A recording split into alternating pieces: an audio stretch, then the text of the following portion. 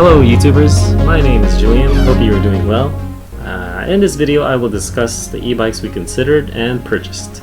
We have been in the market for an e-bike since June, and it has been very challenging since most are out of stock or delayed due to the pandemic.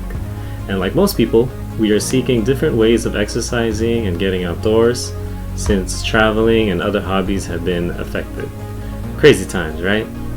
Alright, just as a side note, our budget is around $2,000 per bike, and I'm about 5'7" and my wife is 5 foot tall. We are located in Los Angeles, California, and we also prefer fat tire e-bikes that we can take off-road leisurely. With that said, let's dive into the e-bikes that we considered. First bike we had our sights on is the Rad Runner Plus, retailing at $1,700. It is well priced and the specs are great. 750 watt motor, front suspension, and great form and functionality with a passenger seat option. It also allows the driver to adjust the seat height for leg extension, which would help on hills. The one downside to this bike that I didn't like is the lack of color choice, and it weighs about 75 pounds. Links are located below for more details. The next e-bike that we considered is the Juice Scorpion e-bike for $2,200. This bike is very attractive and has a solid build with rear and front suspensions and mag wheels. It has all the specs and design I was aiming for. However, it weighs in at 100 pounds. If I didn't have plans on taking the bike in remote places, I would have chosen this bike. However, it is true that this e-bike seems too over-engineered. It's just too heavy. Moving on the list is the Arielrider XClass. I was literally one click away from purchasing this bike with its strong motor, dual suspensions, and value of price can be beat at $1,500. The few video reviews seem great. However, what stopped us from purchasing this e-bike is that it's just too tall for me or my wife. Additionally, the color choices is only blue or red, and it seems a bit too flashy, and we're not seeking that extra attention on the road. Besides that, this e-bike looks a ton of fun for taller folks. Another e-bike I truly considered is the Super 73 models. Some are out of our budget range, and the ones that are have weaker specs. I opted out of Super 73s because I used a review that it was mainly for cruising with the throttle, and pedaling is not as comfortable.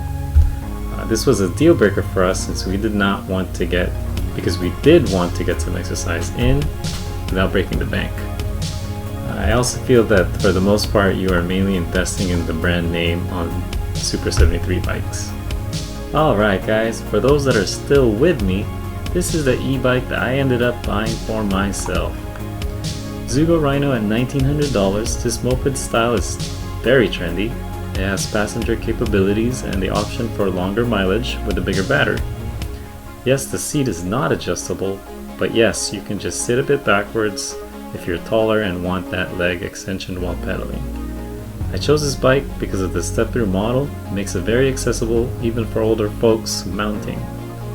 It also weighs in at 65 pounds, which I can mount on a typical e-bike rack, making it portable for those beach trips.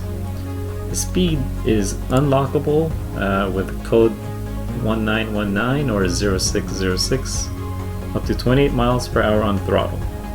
I have ridden this bike for about 40 miles now on dirt, sand, and hills, and what can I say?